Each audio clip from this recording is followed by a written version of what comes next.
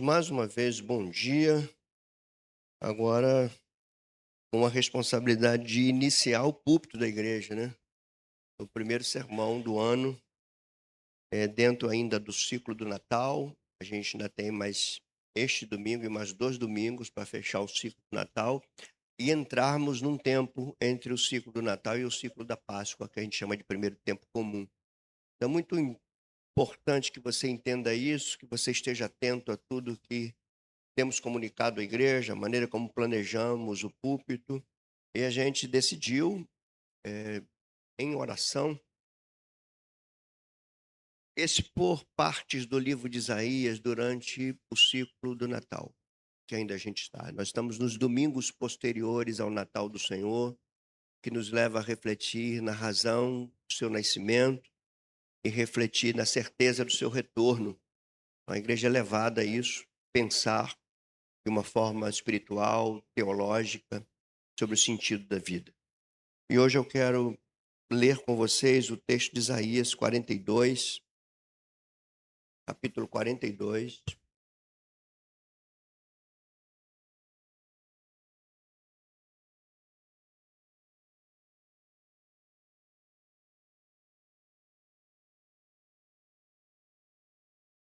versículos de 1 até o 7,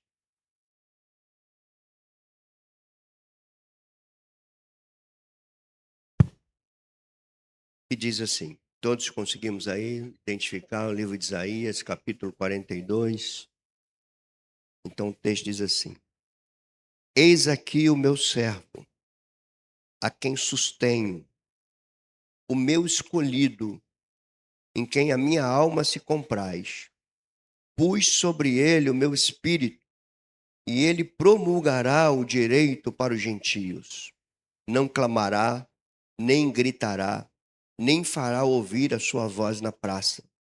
Não esmagará a cana quebrada, nem apagará a torcida que fumega. Em verdade, promulgará o direito. Não desanimará, nem se quebrará até que ponha na terra o direito. E as terras do mar aguardarão a sua doutrina. Assim diz Deus, o Senhor, que criou os céus, os estendeu, formou a terra e tudo quanto produz, que dá fôlego de vida ao povo que nela está e o espírito aos que andam nela. Eu, o Senhor, te chamei em justiça, tomar-te-ei pela mão, te guardarei e te farei mediador da aliança com o povo e luz para os gentios, para abrir os olhos aos cegos, para tirares da prisão o cativo e tirar do cárcere os que jazem em trevas. Ó Deus bendito, como sempre digo ao orar aqui, eu não me sinto capaz, humanamente falando, para expor um texto tão profundo, tão maravilhoso, tão complexo, tão extenso como esse. Transcende muito a nossa racionalidade, a nossa humanidade. Mas nós estamos aqui com aqueles que humildemente te pedem: não permita que saiamos daqui sem entender o que tu queres nos falar por meio desse texto. Que teu Espírito venha abrir os olhos do coração, iluminar o nosso interior. Que saiamos daqui com esperança, que saiamos daqui renovados, que saiamos daqui com a tristeza dando lugar à alegria, com o desânimo dando lugar à esperança. Que saiamos daqui com as nossas mentes aclaradas pela tua palavra e o nosso ser disposto e desejoso para viver em missão no meio de uma geração tão carente como a que nós estamos vivendo. Seja conosco, Senhor. Assim nós oramos, desde já te agradecemos, oramos no nome do teu Filho Jesus. Amém e amém. Irmãos, como eu tenho dito e repito, o livro de Isaías é um dos livros mais importantes da Escritura, certamente um dos mais importantes do Antigo Testamento, o livro mais messiânico de todos eles. Alguns consideram o Evangelho do Antigo Testamento, o livro que mais aponta as profecias referentes à vinda de Jesus. Ele é um livro que ele tem duas dimensões muito importantes, né? Como é comum nos profetas, mas em Isaías de maneira mais profunda. O livro tanto mostra uma realidade triste, de dor, de tristeza, de sofrimento, de abatimento, de consequências dos erros do povo de Deus. O livro mostra isso com muita clareza, de como Deus disciplina o seu povo e como isso leva muita gente a viver momentos que não queriam viver, mas que estão colhendo das coisas que plantaram. O livro nos mostra isso. Mas, ao mesmo tempo, o livro nos mostra esperança, nos mostra um Deus fiel, um Deus de aliança, que não abandona o seu povo, que não desiste do seu povo, que não substitui o seu povo.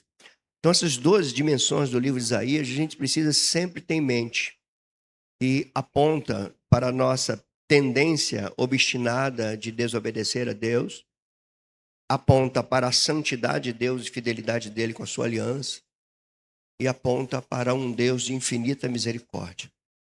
Esse texto aqui faz parte desse contexto todo que eu estou falando para vocês.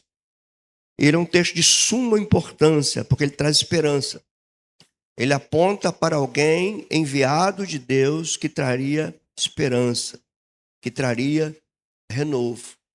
É um texto importante não somente para a comunidade judaica, não somente para a comunidade de Israel, não somente para o povo para quem Isaías se refere. Ele é um texto importante para a vida da igreja, ele é um texto importante para a tua vida, para a minha vida, se nós entendermos. E ele é um texto importantíssimo para a missão da igreja, para a essência missionária da igreja. Então, ao me debruçar sobre esse texto, orando, eu ficava muito impressionado pela profundidade dele, mas ao mesmo tempo eu via o texto muito atual, muito presente, e certamente esse texto pode falar a você que entrou por essas portas aqui, talvez nos momentos difíceis da tua vida, alguns pensando que não tem perspectiva de melhora, de situações se revertendo na vida de vocês. Esse texto, ele nos abre os nossos olhos para isso. Então, eu peço a tua atenção, que teu coração, junto com o meu, estejam abertos e que esse texto exposto possa nos levar à mesa do Senhor e vai ser um complemento do texto. A gente vai pegar o sermão, emendar com a ceia, porque essas coisas estão conectadas. Algumas coisas que a gente precisa entender aqui é a quem se refere Deus, por meio do profeta, sobre o servo. Quem é esse servo? Do verso 1. Eis aqui o meu servo. Porque é neste servo que se refere o texto que está toda a esperança. É neste servo que o profeta anuncia, ou Deus fala por meio do profeta, e por meio desse servo a esperança retornaria. Então, aqui a gente tem um labor hermenêutico para identificar quem é esse servo. Porque há algumas vertentes de interpretação para isso, dentro da própria comunidade judaica. A tradição judaica entende, grande parte dela, que esse servo se refere ao próprio Israel. Isso não está de todo errado. Israel era visto como servo sofredor, que era sustentado pelo Deus que o salvou. Algumas vertentes judaicas interpretavam esse servo como profetas que Deus levantava para trazer direção ao povo. Outros entendiam que esse servo poderia ser um rei piedoso que Deus levantava. Então, todas essas possibilidades de interpretação não são descartadas.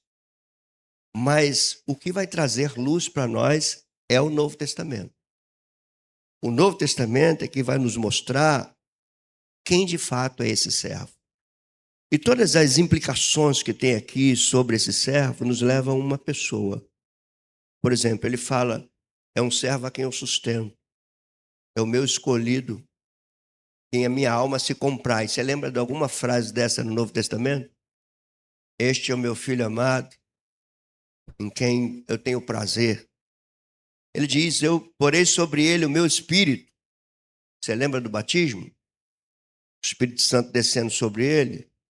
Você lembra do texto de Lucas, no livro de Atos, que diz que o Espírito do Senhor estava sobre ele? Deus ungiu a Jesus de Nazaré com o Espírito Santo e poder, que foi por toda parte pregando, curando, libertando. Então a gente vai chegar a uma conclusão que, embora essas vertentes de interpretação não sejam descartáveis dentro do contexto, o profeta apontava para algo superior, para algo futuro, para algo que nem ele conseguiria definir quem era esse servo. Então o que a gente vai trabalhar aqui nesse sermão para a gente entender o texto e aplicá-lo? Primeiro é sobre a identidade desse servo. Depois, num segundo momento, a gente vai ver as características do cumprimento da missão desse servo. Como ele cumpriu sua missão. Como ele cumpriu o seu comissionamento. O que havia de diferença nesse servo. O que marca, o que esse texto aponta para as características do cumprimento da missão desse servo. Por último, a gente vai ver a relação desse servo com aquele que enviou. E depois, obviamente, a gente vai ver as devidas aplicações para a nossa vida enquanto igreja, enquanto cristãos individualmente. Eu creio que nós temos hoje uma oportunidade aqui de sairmos com a nossa mente bem trabalhada pelo Evangelho, o nosso espírito bem quebrantado, para entender a missão da Igreja de Jesus na perspectiva do servo enviado desse texto. Viver em missão de acordo com esse servo é o ponto importante da nossa fala, mas primeiro é identificar a identidade dele. Como eu disse, ele é descrito como o servo de Deus. Este é o meu servo. Se pressupõe alguém que seria enviado debaixo de obediência, debaixo de submissão a quem o enviou. Esse é um primeiro ponto que nos leva a pensar em Jesus Cristo. Aquilo que era identificado como Israel, a gente vê agora apontando para Jesus Cristo, que em várias vezes falou assim, olha, o Pai não me abandonou porque eu faço sempre o que lhe agrada. O ensino não é meu, mas é do meu Pai que me enviou. Então ele é esse servo enviado e que como servo obedece àquele que o enviou. A segunda ponto aqui que diz que esse servo era um escolhido de Deus, um eleito do Senhor, aquele a quem enviava. Paulo vai dizer isso com outras palavras, quando ele diz, quando veio a plenitude do tempo, Deus enviou o seu Filho. Então esse texto está apontando para Jesus Cristo. A gente precisa identificar Jesus Cristo nesse texto. Uma expressão bem significativa aqui é pus sobre ele o meu espírito. Aí a gente vê claramente o Espírito Santo já no ventre de Maria, o Espírito Santo com ele no batismo, o Espírito Santo com ele no deserto, o Espírito Santo com ele quando ele operava, curava, libertava, o Espírito Santo com ele na hora que ele morre, o Espírito Santo ressuscitando ele dentre os mortos, porei sobre ele o meu espírito. E ele vai dizer ainda mais sobre esse servo, ele promulgará o direito para os gentios. E aqui que distingue completamente. Quando Mateus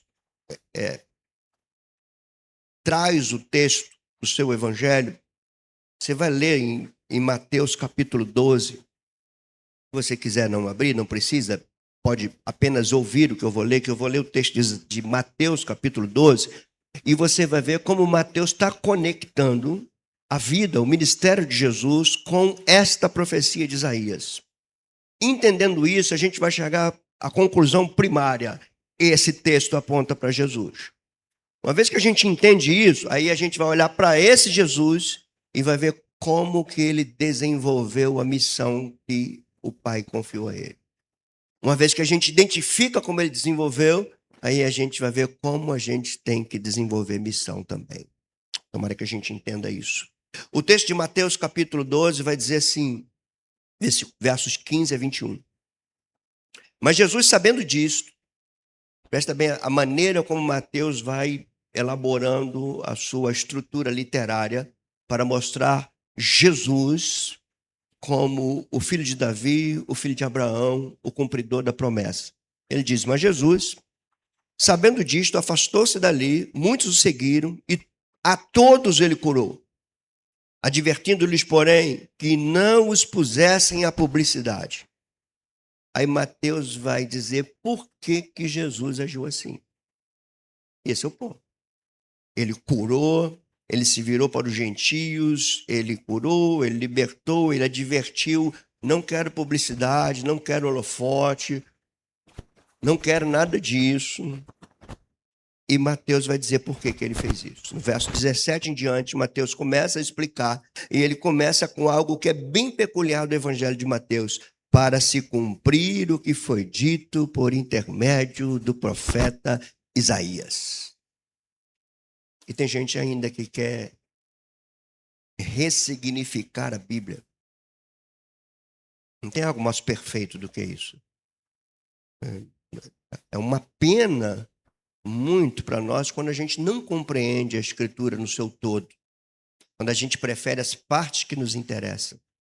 Aqui a gente está vendo conexão de Antigo e Novo Testamento, conexão entre os profetas e os apóstolos, entre a lei e a graça, as conexões, os cumprimentos, a revelação verbal de Deus se desenvolvendo progressivamente. Aqui a gente está vendo essa metanarrativa se expondo para diante dos nossos olhos, clareando o nosso olhar, porque ele vai dizer, é para que se cumprir aquilo que foi dito pelo profeta Isaías. O verso 18, ele vai dizer o que o profeta Isaías disse. E aí ele vai citar o texto que nós abrimos. Eis aqui o meu servo, que escolhi, o meu amado, em que minha alma se compraz. Farei repousar sobre ele o meu espírito. Não é Isaías isso? Farei repousar sobre ele o meu espírito. E ele anunciará o juízo dos gentios. Ele não contenderá, ele não gritará, nem alguém ouvirá nas praças a sua voz. Ele não esmagará a cana quebrada, nem apagará a torcida que fumega, até que faça vencedor o juízo, e no seu nome esperarão os gentios. O texto fala do nosso Senhor Jesus Cristo. Esse que nós estamos aqui hoje celebrando, lembrando do seu corpo e do seu sangue. Isaías, usado por Deus, aponta futuramente para um servo do Senhor que difere completamente de todos que vieram antes, porque ele agiria de forma diferente. Ele seria um servo obediente. Ele seria um servo que não procurava para si mesmo as honras. Ele seria um servo que não ia acabar de matar quem estava morrendo. Esse é o nosso Senhor. Bom, identificando a identidade dele, aí aqui vem quais são as características do cumprimento missionário desse servo. E aqui eu quero te chamar a atenção, uma vez que a gente detecta a característica missionária dele, a gente tem condições de comparar se a igreja dele está expressando assim. Se a igreja dele tem essa essência dentro de si. Aqui a gente tem, num texto tão antigo, 700 anos antes de Jesus vir, a gente tem a possibilidade, ao ler esse texto, ao ler as características do servo do Senhor, que seria enviado, e que a gente já viu que se trata de Jesus Cristo, uma vez que a gente entende isso, a gente pode agora ter juízo de valor. A gente pode começar a analisar a igreja dos nossos dias. A gente pode começar a analisar a nós mesmos, a cada um de nós, a nossa igreja, sobretudo num tempo como a gente vive. Um tempo de violência, um tempo de publicidade, um tempo onde todos querem aparecer, um tempo onde a igreja se transforma numa grande empresa, num grande espetáculo, onde os holofotes todos vão para a igreja. A gente está vendo tudo isso. E a pergunta que eu faço para você, essa igreja se parece com esse servo? Uma igreja que está matando pessoas, está excluindo pessoas, que está matando seus soldados, que está julgando quem sofre de depressão, quem sofre de ansiedade, quem está perdendo o gosto da vida. E a igreja vem com o seu discurso legalista, religioso, dizendo que é falta de fé, dizendo que é mimimi, dizendo que é isso, e a gente vai matando cada vez mais as pessoas. Mas as características desse servo, irmãos, é para nos colocar de joelhos.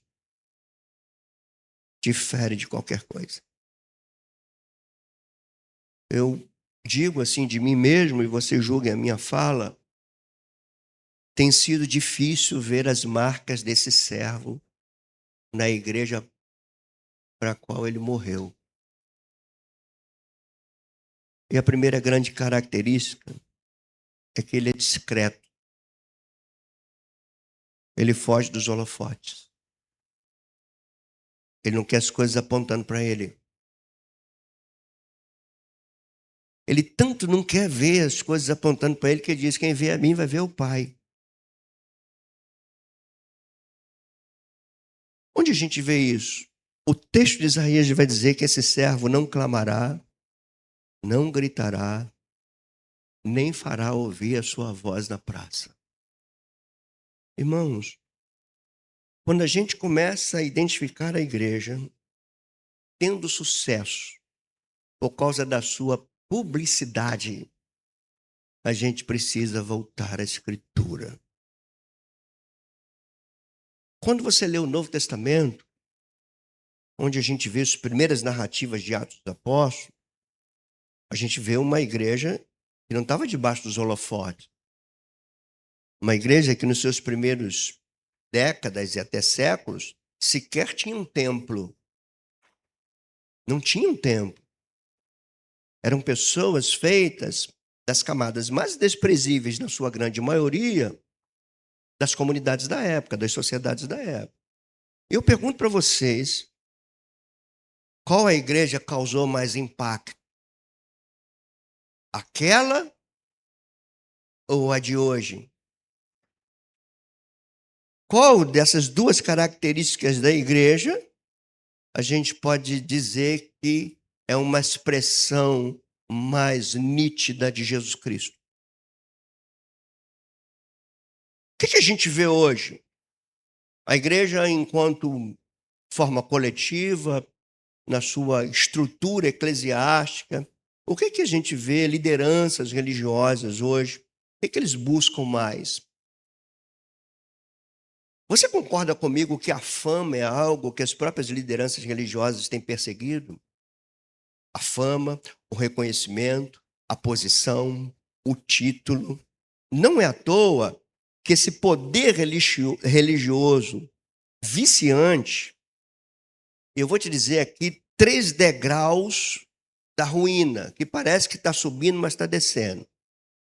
E quero que você preste atenção nisso, porque você vai ver, você está vendo isso acontecer. Qual o primeiro degrau de uma liderança que não expressa esse servo? Primeiro eu vou falar da liderança, tá? Mas a igreja também está nessa. Qual é a primeira característica? Eles se valem do poder religioso. Dominam pessoas, atraem as pessoas para si, se colocam como referências a serem seguidas. Só que eles não se contentam com o poder religioso, que é nocivo, que é perigoso. As pessoas perdem sua capacidade de decidir, pessoas acabam desenvolvendo uma vida completamente dependente das suas lideranças, não tomam decisões, não sabem o que fazer. Tal é o poder religioso. E esse poder religioso faz com que esse ser se coloque no patamar superior aos demais. Os demais começam a olhá-lo assim, de baixo para cima. E esse poder religioso faz com que ele não se contenha com isso. Ele agora quer visto pela comunidade que ele lidera, ele agora quer ser visto por todos. Aí ele se rende ao poder midiático. Aí ele procura a mídia, ele procura os holofotes, ele quer estar onde as coisas estão acontecendo, ele precisa estar em evidência, ele vai usar o discurso, né? Quem é visto sempre aparece, que é uma frase muito comum. Ele vai querer esse poder midiático, e uma vez que ele encontra esse poder midiático, quando ele deixa de ser apenas uma referência de celebridade para a sua comunidade e passa a ser uma referência de celebridade para as demais comunidades, quando ele alcança o poder midiático, ele não se contenta e agora ele quer o poder político. Aí ele se candidata e vai para Brasília. Irmãos, está diante dos nossos olhos. O que isso tem a ver com esse servo aqui? Não clamará, nem gritará, nem fará ouvir a sua voz na praça. O que é isso, gente? O precursor dele saía de Jerusalém, que era o centro religioso, e ia pregar no deserto da Judéia. Agora, eu estou falando de liderança. Mas eu quero estender isso para todos nós. Porque, de certa forma, irmãos, grande parte do cristianismo dos nossos dias atrelaram sucesso, vitória, bênção de Deus a conquistas, reconhecimento, aumento de patrimônio, riqueza, e não são poucos os que entram pelas portas buscando isso. Mas quando eu olho para cá, o servo não clamará, não gritará, não fará ouvir a sua voz na praça. Isso se compara ao reino de Deus, que Jesus mesmo disse, é como o fermento, que vai tomando toda a massa sem que seja visto. A sua igreja, ele diz, vocês são como sal. Não precisa ser visto, precisa fazer diferença. O sal não é visto. O sal faz diferença. O que Jesus quer da sua igreja não é uma comunidade de celebridades. Não é uma instituição de grande poder aquisitivo. O que ele quer na sua igreja é que ela não seja vista, mas que ela faça diferença. Isso é você no teu trabalho, isso é você na tua casa, isso é você entre teus amigos, isso é você entre teus vizinhos. Você não vai impressionar o teu vizinho pelo carro novo que você comprou. Você vai impressionar o teu vizinho quando você desenvolver as características desse servo. Isaías está anunciando. Irmãos, no ciclo do Natal, o Senhor Jesus está chamando a sua igreja para voltar a ser igreja. Ser expressão dele. Segunda característica desse servo, e que aí a gente, de novo, vai ter que meditar, refletir, pensar. Ele é caracterizado pela compaixão, pela empatia, pelo olhar mais aprofundado para aqueles que estão vivendo em miséria espiritual, em miséria psicológica. O texto vai dizer assim, ele não esmagará a cana quebrada.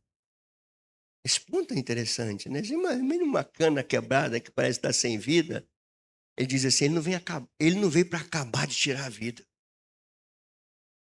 Imagine uma torcida que fumega, né? É como, usando aqui, trazendo ao nosso tempo essa metáfora, como se fosse uma vela torcida, está quase apagando. Basta você fazer assim, ó, apaga. E ele diz, ele não veio apagar essa torcida que fumega. Em verdade, ele veio promulgar o direito deles. Gente, aqui a gente se quebra todo. Num tempo de polaridade política,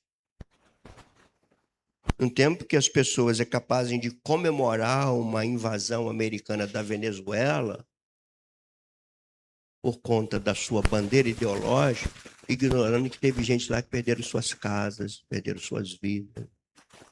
Tem gente sofrendo. Aí você vai ver as polaridades políticas.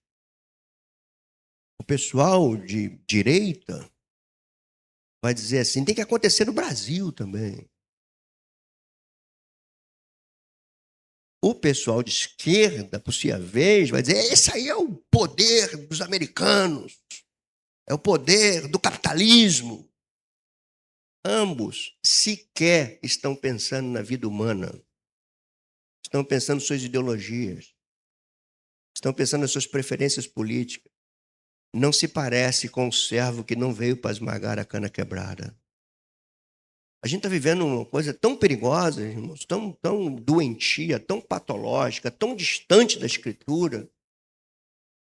E tem gente que não sofre quando quem está sofrendo é de uma posição política diferente da tua. Isso é vergonhoso. Isso não reflete esse servo. O que eu estou vendo aqui, a gente tem que trazer para os nossos dias. Ele não chama de mimimi aqueles que estão passando por crise de ansiedade. Ele não veio falar para o deprimido, levanta, Faz alguma coisa.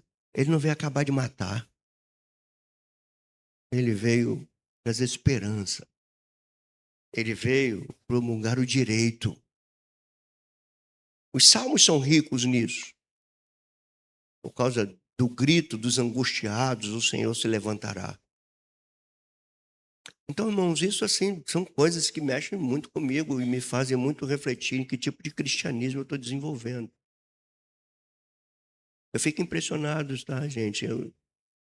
Vocês sabem que eu não sou muito de redes sociais, né? Precisaria até ser. Mas as poucas vezes que eu vejo algumas posturas de pessoas, eu fico muito entristecido. Porque não refletem nada do Evangelho. Não refletem nada do que eu estou pregando e ensinando. Parece que são outras pessoas. Gente comemorando porque o ex-presidente foi preso. Comemorando, não quer saber se o cara está doente, se está aí, não quero saber de nada. Ele está preso, tem que comemorar. Mas quando eu olho para aquele, ele não vê esmagar a cana quebrada. Mas isso acontece também do pessoal da outra ideologia. Porque se o presidente atual ficar doente, vai ter gente torcendo para ele morrer. Mas quando eu olho para cá, ele não esmaga a cana que está quebrada. Eu quero me parecer mais com Cristo do que de uma ideologia de minha preferência. A igreja não pode ter partido político, ideologia política. A igreja tem que ter consciência política. E a consciência política dela vem da Escritura. E a Escritura dá paulada na direita e na esquerda. Por isso, irmãos, esquece essa coisa. Essa polaridade tem adoecido as pessoas. Tem feito mal ao nosso país. Tem dividido famílias. Tem dividido igrejas. Tem colocado pai contra filho. Tem colocado cônjuge contra cônjuge. Então, se eu pudesse determinar, eu não posso. Eu sou apenas um pastor portador da palavra de Deus. Mas se eu pudesse impor aqui uma lei, ninguém aqui tem preferência de partido e de político. Nós somos referências do reino de Deus.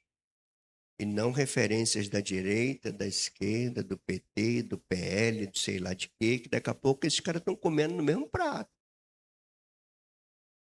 Quando eu olho para cá, eu preciso olhar para a minha vida e me perguntar como é que eu lido com as pessoas. Irmãos, o que eu vou falar aqui é algo muito sério, algo muito verdadeiro.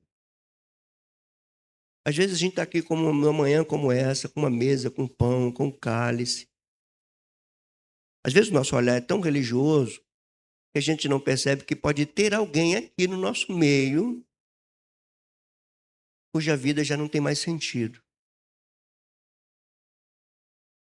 Pode ter gente do nosso meio entrando no ano de 2026 sem ânimo nenhum.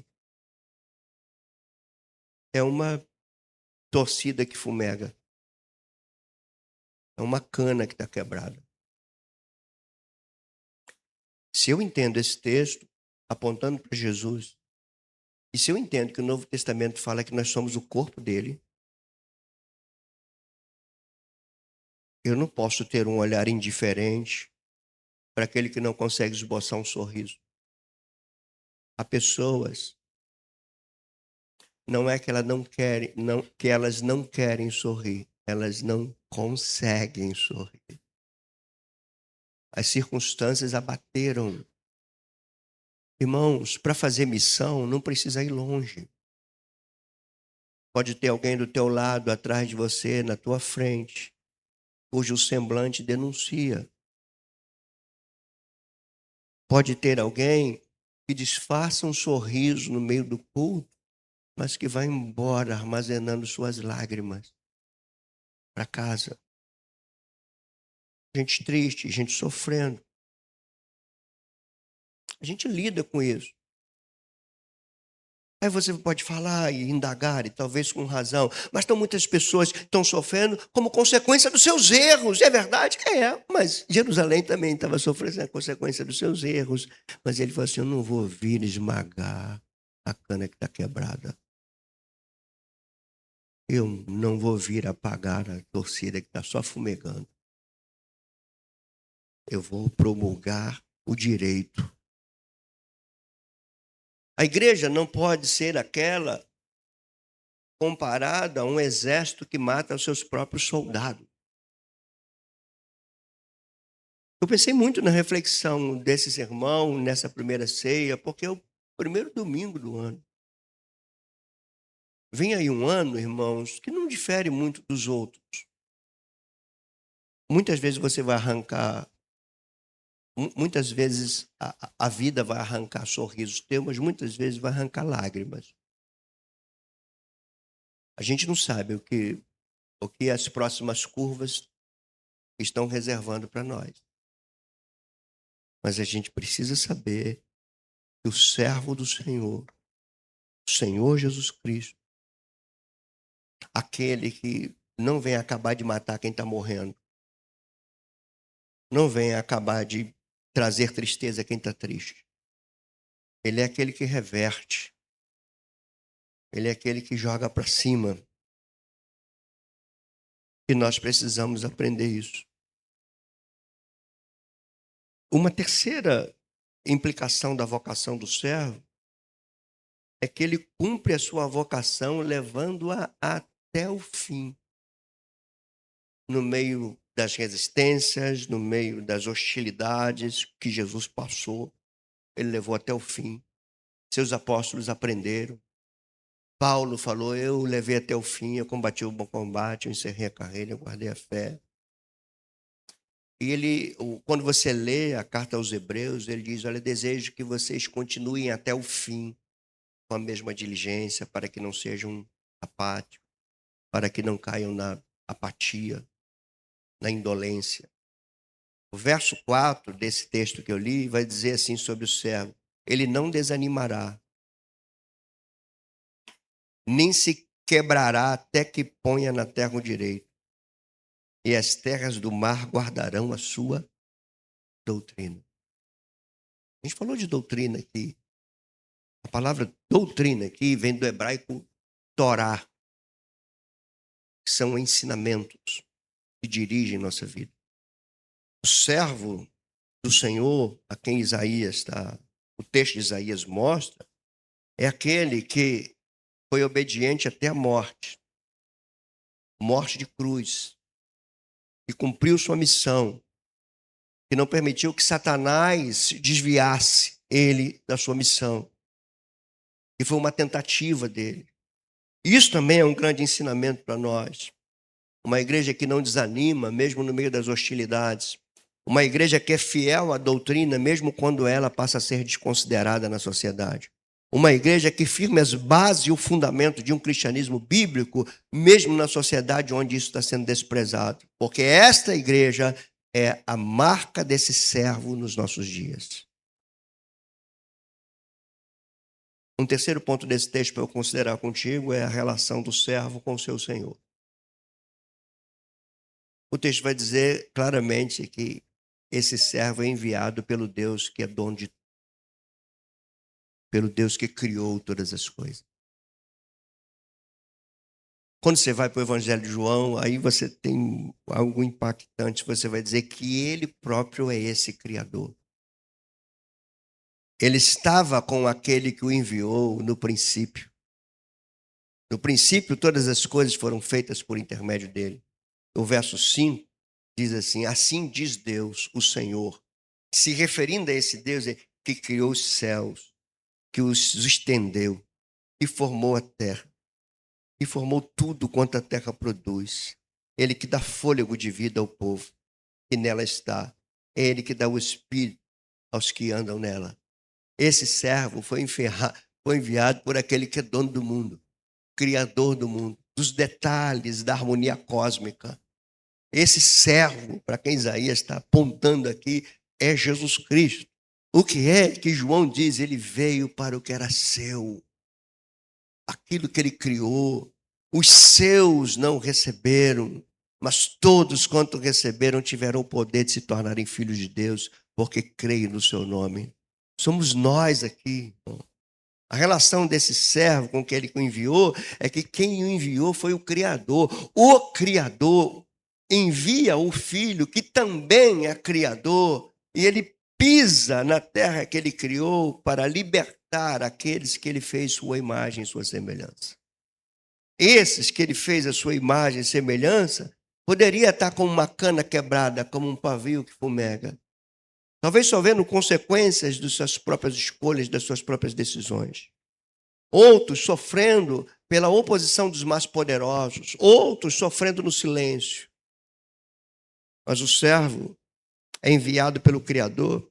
Ele é o próprio Criador. E esse que é enviado pelo Criador, e aí tem uma coisa muito interessante, que a segunda característica desse servo para com aquele que enviou, é que esse servo seria guardado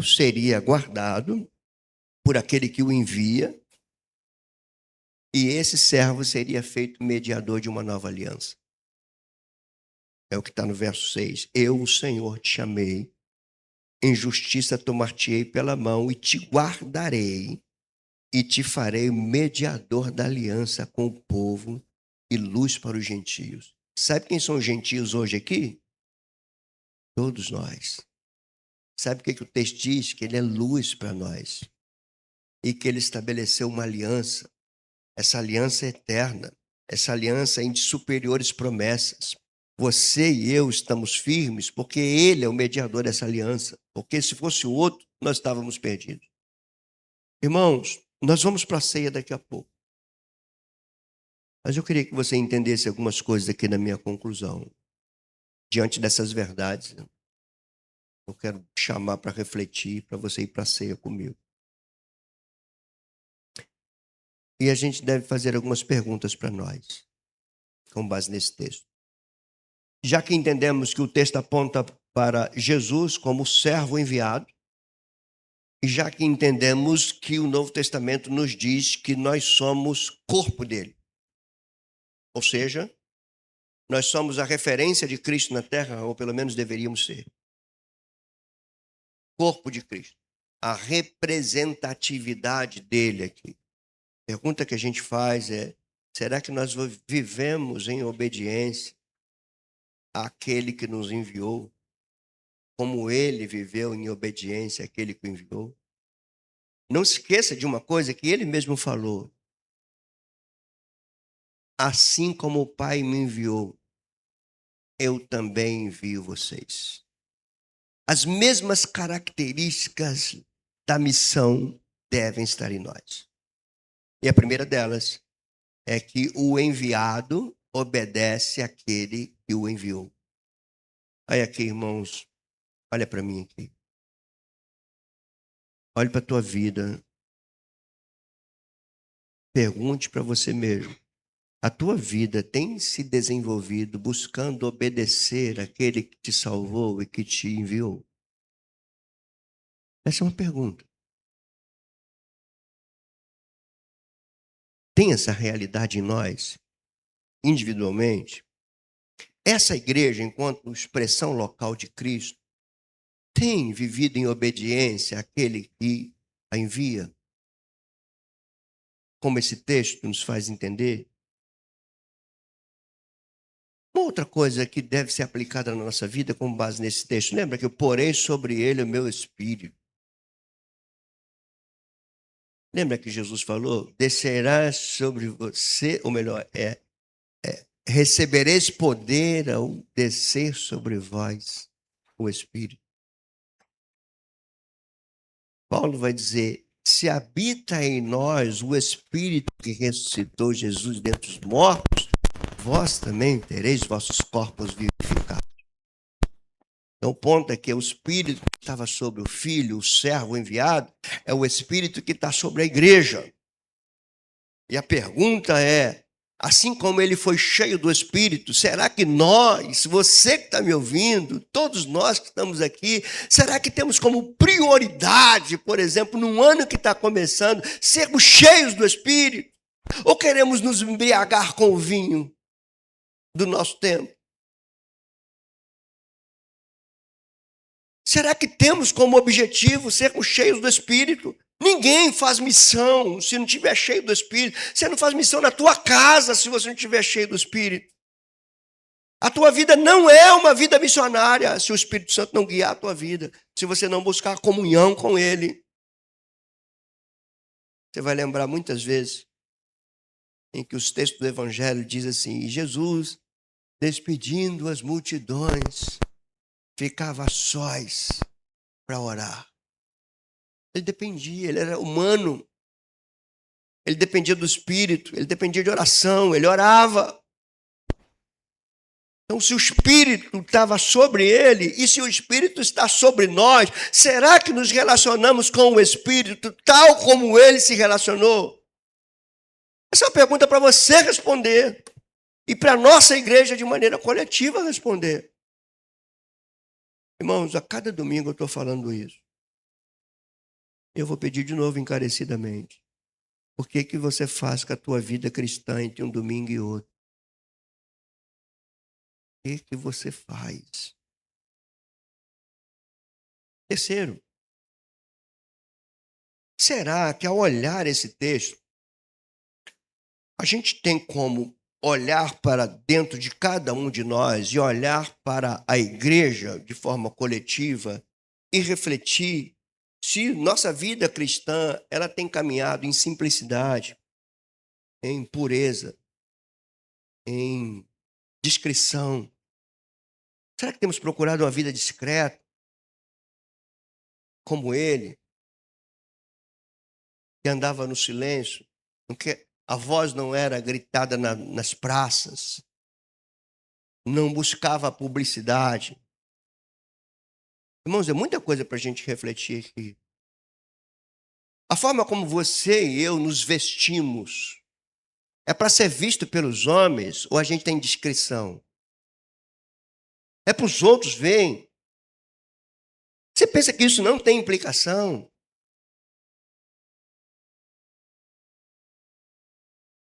Será que você é discreto?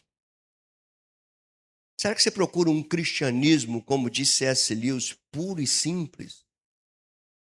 Ou você quer um cristianismo que te jogue para cima? Você quer um cristianismo que te prepare, que te ensine, que te capacite a sofrer? Você quer um cristianismo que leva você a entender que é possível que você entre num processo depressivo? Você consegue entender na Escritura que grandes homens de Deus tiveram seus momentos de depressão? Você lembra de Davi numa caverna, isolado, junto com mais ou menos 400 homens que a Bíblia descreve como amargurados de espírito e endividados? E esses homens acabaram formando um dos exércitos mais poderosos de Israel. Esses amargurados de espírito, endividados, enclausurados numa caverna. Talvez a gente não tenha noção do que é o poder de Deus em levantar os humildes e abater os soberbos. Quando olho para esse texto, eu preciso olhar, será que o meu cristianismo também é dos holofotes? Será que na mente de vocês que entram aqui todo domingo, será que na mente de vocês é alimentada alguma ideia? Caramba, isso aqui podia ser um grande templo, de um grande movimento, para que muita gente veja. Será que isso passa pela tua cabeça? Será que você consegue alimentar isso olhando um texto como esse? Por que você trabalha todo dia? É para ser visto pelos homens? É para ter um carro melhor amanhã do que hoje? Não estou falando que isso não seja algo lícito. Eu estou te chamando para checar motivações. Fontes motivacionais. Você quer ser visto pelos homens? Você quer ser reconhecido? Me lembro de alguém que era dessa igreja, não está mais, aí encontra com outro alguém e fala assim, naquela igreja eu nunca ia ser reconhecido. Então ele estava aqui para ser reconhecido. Estava no lugar errado. Ele estava no lugar errado. Se você está aqui para ser reconhecido, cara, você está no lugar errado. Procura outro lugar. Porque essa igreja quer imitar esse servo. Inumbrada nas praças. E opera, faz, mas assim, não conta para ninguém, não. Esse foi o que ensinou. Quando você dá uma esmola, tua mão esquerda não precisa ver o que tua mão direita.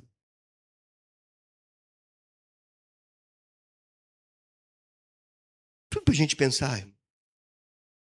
Simplicidade, de pureza. Pedir para andar contigo um tanto, ande dois. Impressionado. Às vezes a gente fica impressionado com atitudes que deveriam ser comuns em nós, como cristãos. Mas a gente, olha, irmãos, a gente precisa reconhecer isso com muita honestidade. Como às vezes a gente gosta de ficar num grande movimento gospel de sensações. Mas aqui está assim, eu não quero holofote. Minha voz não vai ficar clamando nas praças para ser visto. Ele, quando foi ensinar o seu povo a orar, ele falou assim, está vendo eles lá? Ó, eles oram nas praças. Eles oram bonito, eles oram em alta voz. Sabe para quê? Porque eles querem serem vistos. E ele complementa e diz, eles já têm a recompensa deles. Qual é a recompensa deles? Serem vistos pelos homens. Mas vocês querem ser diferentes? Quando vocês orarem, entra para o quarto, fecha a porta, secreto. No secreto, fala com ele, no secreto ele te vê. Você quer jejuar? Não precisa mostrar para todo mundo que você está jejuando. Unja teu rosto. Não precisa ninguém saber que você... Você não precisa fazer isso para que os outros vejam você mais espiritual do que eles. Isso não condiz com o servo de Isaías 42. Então está aqui muita coisa para a gente aprender. Muita coisa. Arrogância quando bate no nosso peito. Quando a gente começa a conquistar alguma coisa e acha que é mais superior do que os outros. No momento, irmão, desculpe que eu tenho que bater em coisas cotidianas aqui. No momento de grande polaridade social, a gente vê mulheres disputando com seus maridos, maridos disputando com suas mulheres, mulheres achando que têm mais autoridade, que ganham mais do que seus maridos. Essas pessoas precisam tudo se converter. Mulheres que não querem depender do seu marido. Onde está a simplicidade? Onde está a humildade? Onde está essa coisa? Eu não quero holofote. Precisamos aprender, irmãos. Precisamos aprender com um texto desse. E vamos espremer mais isso um pouquinho. E eu falo lendo o texto, eu falo lendo o meu tempo e percebendo que às vezes vejo e ouço. O texto nos chama a ter compaixão dos que sofrem. O texto nos chama para ser esteio, sustento para aqueles que estão sobrecarregados. O texto reprova o discurso que reprova as pessoas que estão em processo depressivo. O texto chama a empatia. Chama a se colocar no lugar daquele... Irmãos, a gente às vezes só aprende com a vida. Nesse tempo todo meu de ministério, eu já vi muita gente que sabe ficar por baixo. Quando está por baixo, a pessoa dócil, quebrantada, mas não sabe estar por cima. Quando está por cima é soberbo, é altivo. Pensa que é mais do que os outros. Pensa que aquela história vai durar para sempre. Pensa que seu momento bom é eterno. Olha com os outros com arrogância, julga os outros. Ou a gente aprende, ou a gente volta lá para o beabá. Eu já vi muitas pessoas julgando os outros porque não estão vivendo aquilo que elas estão vivendo. Já viu? Inclusive pessoas que sofreram com isso também. E ele vai dizer assim, eu não vim apagar o Fabio que fumega, eu não vim quebrar a cana que já está mais do que quebrada. Eu vim para erguer. Compaixão com os que sofrem. Compaixão com seus filhos. Temos filhos sofrendo, que são bombardeados por uma ideologia social. Estão roubando a identidade dos nossos filhos. E esses filhos cujas identidades são roubadas sofrem. Que enganosamente eles pensam que são outras coisas que não são originalmente. E quando eles começam a pensar que não correspondem à expectativa dos seus pais, eles começam a sofrer. Alguns se mutilam. Alguns querem dar fim à própria vida. E aqui eu estou lendo que o servo sofredor, ele se coloca no lugar do pavio que está fumegando.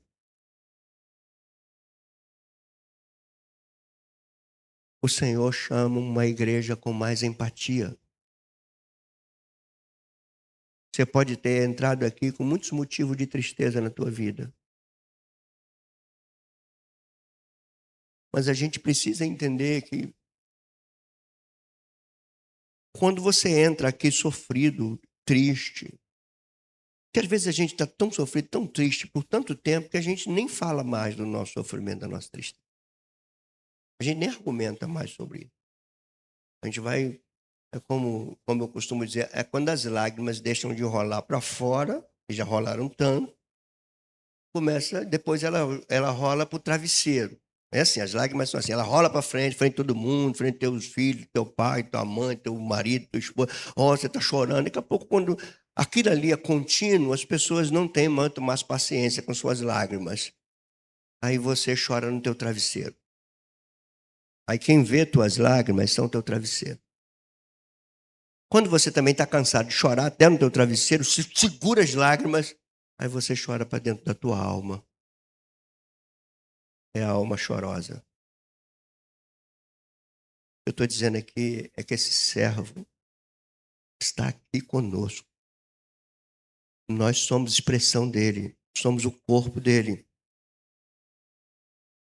Se eu ler esse texto, eu tenho que carregar para a minha vida e para a igreja, eu não posso ser legalista, eu não posso conviver com um chicote na minha mão, chicoteando as pessoas, porque elas, segundo eu, não fazem o que deveriam fazer. Eu não posso ser esse legalista. Eu não posso acabar de matar os que estão sucumbindo. Eu tenho que procurar trazer vida.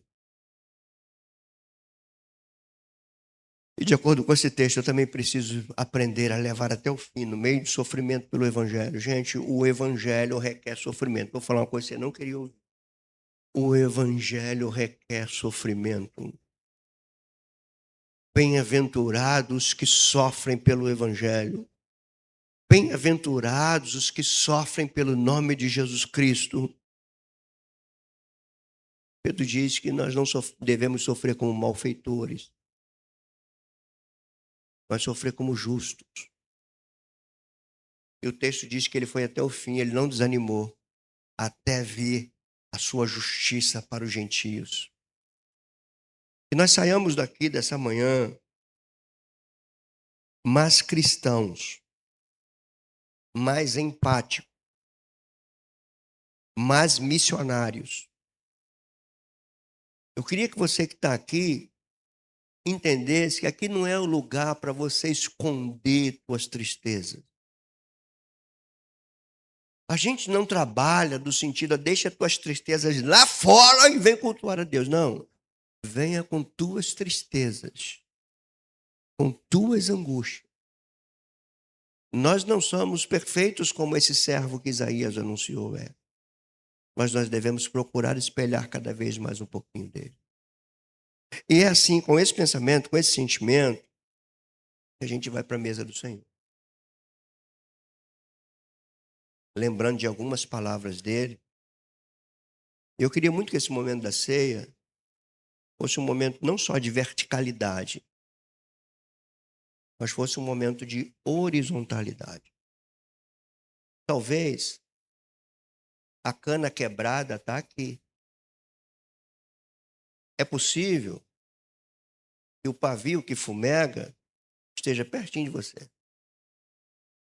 E talvez você hoje pode ser aquele que não apaga o pavio e que não destrói a cana que está quebrada. Deus pode usar a tua vida para abraçar alguém, para orar alguém. Sabe uma coisa? Dentre tantos dons que o Senhor nos dá o dom de discernimento. Como nós convivemos como família, é possível que você olhe para o olho de alguém e chegue à seguinte conclusão: precisa do meu abraço, precisa do meu ombro, precisa do meu consolo. Então, irmãos, não se preocupem com a hora, tá? A gente não tem culto à noite. O que eu peço nesse momento, você feche teus olhos. E hoje, você não vai pensar em você agora. Talvez você vai pensar em alguém. E se esse alguém veio à tua mente, você vai sair do teu lugar e abraçar essa pessoa. E você vai dar ombro. Talvez você esteja com a tua cabeça baixa, dizendo que quem está precisando de ombro sou eu. Eu creio que Deus pode fazer desse momento aqui ainda, desse culto, um momento terapêutico. Um momento restaurador. Para que a igreja seja de fato algo que se assemelha a esse servo que Isaías anunciou.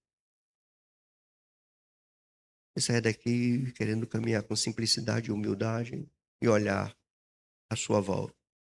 Talvez a torcida que fumega está na tua casa. A cana quebrada talvez esteja debaixo do teu teto. E precisa de você hoje. Talvez esteja todo domingo aqui contigo tomando café e rindo. Um sorriso que põe a maquiagem sobre a lágrima que rola para a alma. E que existe. Espírito Santo, promova nesse momento algo que a gente possa não só crer, mas experimentar o sinal do teu favor, sinal da tua graça. Homens que carregam suas dívidas eternas e lutam para sair disso e vão se deprimindo, se sentindo inferiores. Que nesta manhã seja uma manhã de cura, de restauração, de renovo. Da velhinha que está apagando, se acendendo de novo. Da cana erguida. Do promungar do direito um do outro. Saia do teu lugar e vá até alguém.